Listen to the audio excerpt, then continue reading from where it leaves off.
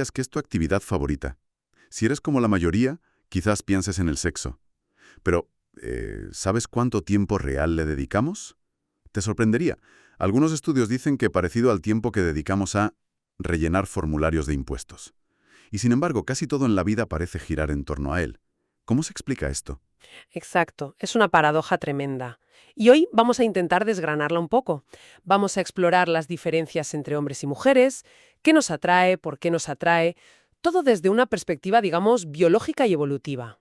Suena intenso. Y seguro que polémico en algunos puntos. Bueno, abordaremos preguntas incómodas, sí, pero siempre desde la ciencia, intentando entender el porqué de las cosas. Perfecto, pues prepárense para una exploración que igual cambia un poco cómo ven las relaciones, y a nosotros mismos. Y oye, si les gusta este tipo de contenido, ya saben, suscríbanse al Club de Filosofía. Eso. Empecemos por esa paradoja que comentabas. El sexo es súper placentero, o eso decimos. Mm, Pero los datos, al menos un estudio americano citado, hablan de unos 4 minutos al día de media. Similar a la declaración de la renta. sí, es chocante, ¿verdad? Pero claro, eso es solo el acto en sí. No cuenta todo lo demás. El flirteo, arreglarse, pensar en ello, las fantasías, em, todo el tiempo y energía mental que le dedicamos indirectamente. ¿Ya? Y ahí es donde se ve su influencia real. Moldea el matrimonio, la familia, pero también explica parte de la agresividad, la competencia, incluso el arte y la música. La vida sería radicalmente distinta sin la sexualidad. Claro. Entonces, para entender esa influencia, tenemos que ir a la raíz evolutiva, ¿no? Exacto. Y la primera pregunta es, ¿por qué sexo? ¿Por qué dos sexos, hombre y mujer? Clonarse parece más eficiente, genéticamente hablando. Sí, es una pregunta clásica de la biología evolutiva. Y la respuesta darwiniana estándar es que la reproducción sexual, aunque costosa, genera variabilidad genética, lo que ayuda a las especies a adaptarse mejor a entornos cambiantes, parásitos, ese tipo de cosas. Vale. Pero esto nos lleva a otra cuestión. El sexo no reproductivo. Si la función evolutiva es propagar genes, ¿qué pasa con el sexo por placer? ¿O el sexo homosexual? ¿Es antinatural? Cuidado con esa palabra, antinatural. Aquí es donde entra gente como Pinker. Su idea clave es, la naturaleza describe, no prescribe. Que algo sea producto de la evolución no significa que sea bueno, malo, correcto o incorrecto moralmente. O sea que podemos usar nuestro cerebro, también producto de la evolución, para ir contra ciertos imperativos biológicos si queremos, como decidir no tener hijos. Exactamente. La naturaleza no dicta nuestra moral ni nuestro destino. Tenemos capacidad de elección. Y relacionado con esto está la idea de Dawkins contra el determinismo genético. Que algo sea genético no significa que sea inevitable o inmutable. Totalmente. Es un punto crucial. Dawkins lo explica muy bien. Hay rasgos muy genéticos, como la miopía, que corregimos fácilmente con tecnología, con gafas. Y al revés, hay rasgos muy culturales, como ciertos cánones de belleza, que son increíblemente difíciles de cambiar. O sea que genético no es inamovible y cultural no es fácil de cambiar. Eso es. Hay que tener esa idea clara al hablar de diferencias promedio entre sexos, porque si no, caemos en simplificaciones. De acuerdo. Pues hablemos de esas diferencias. Una muy básica. Los gametos. Esperma pequeño y móvil, óvulo grande y caro. Pero luego a menudo el macho es más grande y agresivo. ¿Cómo se explica? Pues aquí la teoría clave, y que vamos a usar bastante hoy, es la teoría de la inversión parental de Robert Trivers. Ajá. ¿En qué consiste? Trivers define la inversión parental como, bueno, cualquier cosa que un progenitor invierte en una cría, tiempo, energía, asumir riesgos, que aumenta las posibilidades de supervivencia de esa cría, pero a costa de poder invertir en otras crías futuras. Vale, entiendo. Y la clave es que normalmente hay una simetría inicial.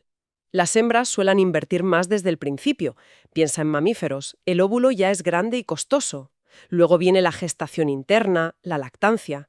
Es una inversión biológica enorme por cada cría. Ya. Para los machos, en cambio, la inversión mínima teórica puede ser muy baja. El esperma es barato de producir en comparación. A veces su contribución mínima es solo el acto sexual. Vale, aceptemos esa diferencia de base. ¿Qué consecuencias tiene esa asimetría en la inversión mínima? ¿Cómo afecta a la psicología o el comportamiento? Pues, según Trivers, lleva a presiones evolutivas distintas y, por tanto, a psicologías evolucionadas diferentes. Siempre hablando de tendencias promedio, claro. A ver. Para el sexo que invierte menos inicialmente, normalmente los machos, su éxito reproductivo está limitado sobre todo por el número de parejas que consigan. Esto favorece la competencia entre ellos por el acceso a las hembras, y esa competencia puede seleccionar rasgos como mayor tamaño, más agresividad o adornos para atraerlas. ¿Y eso implica que algunos machos tendrán mucho éxito y otros ninguno? Exacto. Mayor varianza en el éxito reproductivo. Ahora, para el sexo que invierte más, normalmente las hembras, su éxito reproductivo no está tan limitado por conseguir pareja, sino por los recursos y el tiempo que necesita cada cría. Esto favorece que sean más selectivas. No les vale cualquier pareja. Necesitan elegir bien para asegurar que su enorme inversión, la cría, tenga éxito. Buscan buenos genes o, muy importante, compromiso y recursos. Es una explicación. Elegante, la verdad. Y esto se ve claramente en otros animales. A veces los ejemplos ayudan a visualizarlo. Sí, clarísimamente. Y los ejemplos son muy ilustrativos. Mira, en especies donde la inversión se revierte, como los caballitos de mar, donde el macho incuba los huevos, Anda. pues son las hembras las más grandes, las más coloridas y las que compiten por los machos. Justo al revés. Curioso. Luego tienes el otro extremo, los elefantes marinos. Los machos son 4 veces más grandes que las hembras. Luchan brutalmente por controlar harenes. Un macho alfa puede tener decenas de crías y la mayoría de machos, 0. Uf, qué extremo. Y en el medio, especies donde la inversión es más parecida, como los pingüinos emperador o los gibones. Ahí, machos y hembras son de tamaño similar, a menudo son monógamos y cuidan juntos de la cría. La diferencia de tamaño y comportamiento parece ir de la mano con la diferencia en inversión. Fascinante. Pero claro, aplicarlo a humanos siempre es más complicado. Somos una mezcla de biología y cultura brutal. ¿Qué dicen los estudios sobre nosotros? Pues sí, somos complejos. Socialmente vemos de todo. Monogamia, poliginia, depende mucho de la cultura. Físicamente tenemos un dimorfismo sexual moderado. Un 15% más grandes los hombres de media, has dicho. Sí, algo así. Eso sugiere que en nuestra historia evolutiva hubo cierta competencia entre machos, pero ni de lejos como los elefantes marinos, más bien moderada. Y mencionabas algo del tamaño testicular también. Ah, sí, es otro dato interesante. En humanos, el tamaño relativo de los testículos es intermedio, mayor que en gorilas, que son poligínicos, pero con un macho dominante que controla el acceso, y no hay mucha competencia de esperma. Ya. Y menor que en chimpancés, que son muy promiscuos y ahí sí hay mucha competencia espermática, o sea, el esperma de varios machos compitiendo dentro de la hembra. ¿Y qué sugiere eso sobre nuestros ancestros? Pues se interpreta como que probablemente las hembras humanas ancestrales no eran estrictamente monógamas. Habría cierta promiscuidad, o al menos posibilidad de ella. Vale. Entonces, si aplicamos la teoría de Trivers a humanos, aunque con matices culturales, deberíamos ver diferencias promedio en agresividad y selectividad sexual. ¿Es lo que predeciría la teoría? Sí. Y los datos parecen ir en esa dirección, siempre hablando de promedios. En cuanto a la agresividad física, los datos son bastante consistentes en todas las culturas. Los hombres cometen la inmensa mayoría de los crímenes violentos. Se ven diferencias desde los juegos infantiles. Y bueno, el papel de la testosterona está bien documentado. Y en selectividad sexual, la teoría dice que los hombres, por su menor inversión mínima potencial, estarían más abiertos al sexo casual. Exacto. Y la evidencia apunta ahí. Piensa en la prostitución. La demanda es abrumadoramente masculina, en todo el mundo. ¿Cierto? Piensa en la pornografía. El foco principal, universalmente, es el consumidor masculino. También. Y luego están las encuestas anónimas.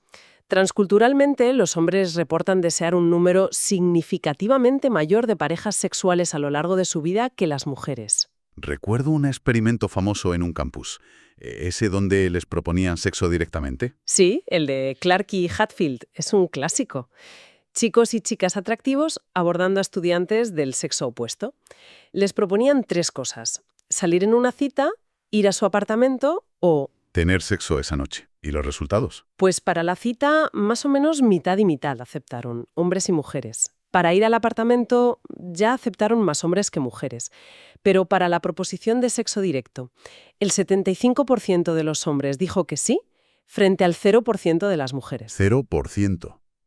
Es muy llamativo. Muchísimo. Y, ojo, muchos hombres que dijeron que no a la proposición sexual dieron excusas tipo tengo pareja, sugiriendo que el deseo igual estaba ahí. Se interpreta como una fuerte evidencia de esa diferencia promedio en la inclinación al sexo casual. Y había otra línea de evidencia que mencionabas sobre relaciones homosexuales, aunque decías que con cautela. Sí, con cautela porque la cultura influye mucho.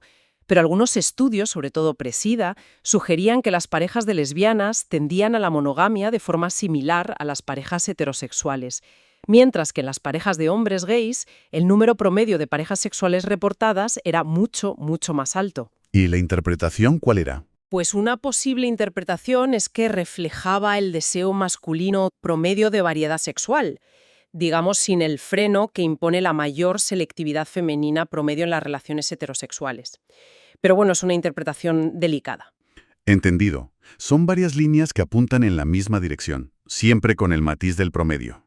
Cambiando un poco de tercio, ¿qué buscamos en una pareja? ¿Hay cosas universales? El estudio de Buss que mencionaste. Sí, el estudio de David Buss en 37 culturas es fascinante.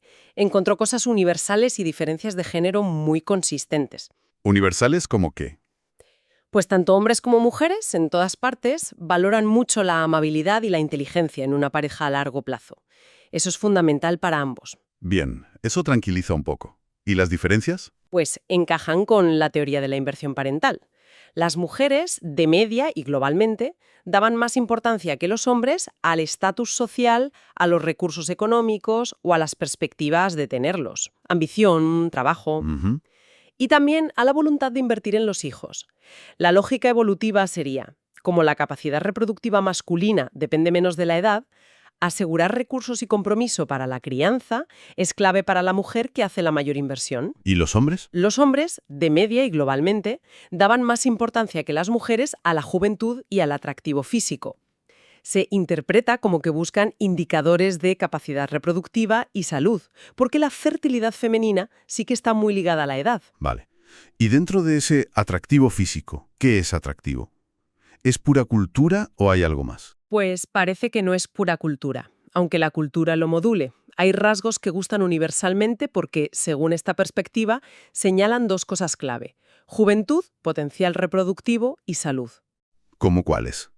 Piel tersa, labios llenos, ojos grandes, pelo brillante, simetría facial.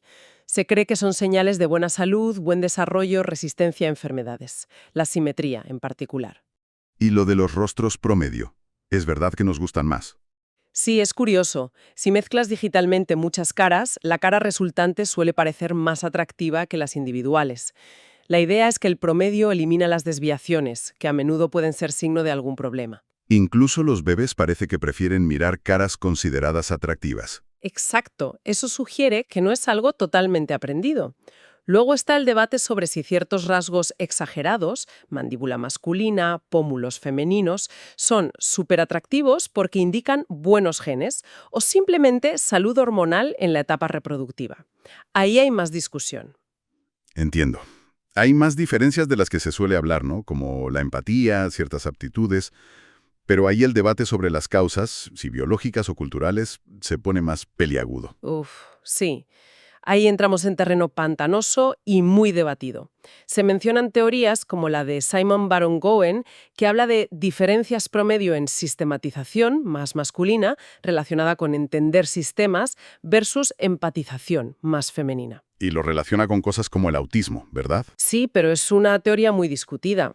También está la polémica que surgió con Larry Summers en Harvard, cuando sugirió que quizás la mayor variabilidad en aptitudes cognitivas en hombres podría influir en que haya más hombres en los extremos, muy bajo y muy alto rendimiento en campos como ciencias o matemáticas. Muy polémico, sí. Pero aquí es crucial, y todos los enfoques serios lo subrayan. La interacción biología-cultura es constante. Los estereotipos, cómo nos crían, rosa versus azul, los sesgos inconscientes, todo influye muchísimo. Los estudios esos de los currículums idénticos que se valoran distintos si el nombre es John o Joan. Exacto. Y la propia autosegregación por sexos en la infancia. Niños juegan con niños, niñas con niñas. Eso puede amplificar pequeñas diferencias iniciales. Nadie serio defiende un determinismo biológico simple en estas áreas. Es una mezcla compleja. Vale, queda claro. Y para añadir la última capa de complejidad, la orientación sexual. Heterosexualidad mayoritaria, pero minorías homosexuales y bisexuales importantes. ¿Qué sabemos de por qué? Pues la respuesta corta es no mucho, con certeza. Vaya. Sabemos lo que probablemente no es. No parece ser una elección consciente para la mayoría Ujú. y tampoco parece causada principalmente por experiencias después de la pubertad. Las atracciones, las fantasías, suelen surgir antes o durante la pubertad. Hay base genética. Parece que hay una predisposición genética, sí. Los estudios de gemelos lo sugieren. Hay más probabilidad de que si un gemelo idéntico es homosexual, el otro también lo sea, comparado con gemelos fraternos. Pero no es el 100%. Ni de lejos. La concordancia suele estar por debajo del 50%. Así que los genes no lo explican todo. Tiene que haber otros factores. ¿Cómo cuáles? Se investiga mucho el entorno prenatal, la exposición a diferentes niveles de hormonas en el útero, por ejemplo. Pero todavía no hay conclusiones firmes. Es un área muy activa. Y esto nos lleva al gran enigma evolutivo, ¿no? Desde la perspectiva darwiniana que hemos estado usando. Exactamente. Si la selección natural favorece rasgos que ayudan a pasar los genes a la siguiente generación, ¿cómo persisten genes que predisponen a una orientación que, en principio, no lleva a la reproducción con el sexo opuesto?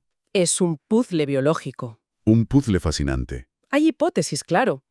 La selección de parentesco, que los individuos homosexuales ayuden a criar a sobrinos, por ejemplo, pasando genes indirectamente, o que esos mismos genes tengan otras ventajas, efectos pleiotrópicos. Pero nada confirmado. Nada confirmado de forma sólida. Y es importante decir que esto se plantea como un reto científico, dentro de ese marco teórico, sin ninguna implicación moral, por supuesto. Pero es un desafío intelectual interesante. Pues sí. Bueno, hemos tocado un montón de temas complejos hoy, ¿eh? Ya ves. Desde esa diferencia entre lo que pensamos del sexo y el tiempo real que le dedicamos, hasta las raíces evolutivas de la atracción, las diferencias promedio, la belleza. Hemos visto cómo la teoría de la inversión parental puede explicar muchas cosas, cómo la belleza puede ser una señal de salud y juventud. Pero también hemos insistido mucho en que la biología no es un destino. La cultura, la elección, todo juega un papel enorme. Fundamental. No somos robots programados por los genes, ni mucho menos. La interacción es la clave. Y nos queda esa pregunta flotando, el puzzle evolutivo de la homosexualidad. ¿Qué mecanismos permiten su persistencia? Es una de esas grandes preguntas abiertas. Nos recuerda lo mucho que nos queda por entender sobre nosotros mismos. Totalmente. Bueno, ¿qué les ha parecido esta inversión? ¿Alguna idea les ha llamado la atención especialmente? Nos encantaría leer sus reflexiones en los comentarios. Sí, anímense a comentar. Y si quieren seguir profundizando en temas de filosofía, ciencia y la complejidad humana con nosotros, asegúrense de estar suscritos aquí, en Club de Filosofía. Hasta pronto. Hasta pronto.